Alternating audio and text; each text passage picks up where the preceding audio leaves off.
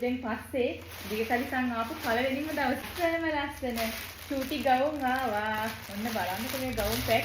මෙන්න අනිත් ගවුම් වර්ගේ බලන්නකෝ ලස්සන.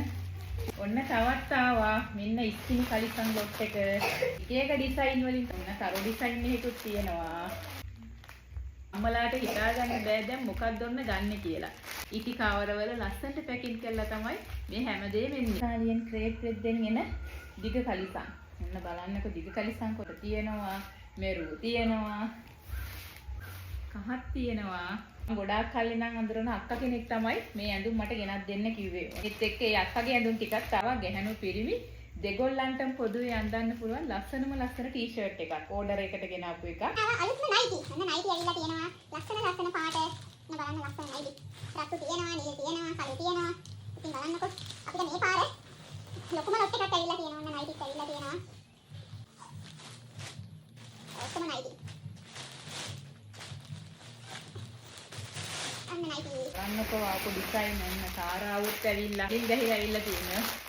ඔන්න අලුත් තවත් ගවුම් සෙට් එකක් ඇවිල්ලා තියෙනවා වෙන ඩිසයින් එකක්. ඔන්න බලන්නකෝ මේ ගවුම් වල ලස්සන හැනේ චූටි අපේ දුල්ල ලස්සනට පැකින් කරලා ආපු ලස්සන ගවුම්.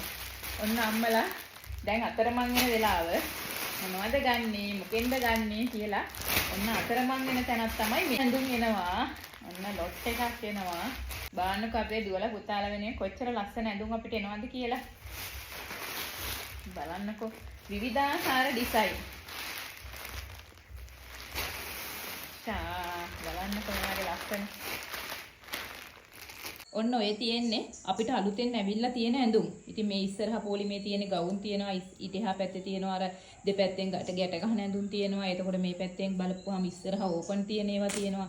ඉතින් මේ හැමදේම දැන් ජෙනු ඔන්ලයින් පේජ් එක හරහා ඔයාලට ලබා ගන්න පුළුවන්. ඉතින් ඔයාලට අවශ්‍ය වෙන්නේ මොන වර්ගයේ ඇඳුම්ද කියලා මට WhatsApp පණිවිඩයක් යොමු කරන්නකෝ.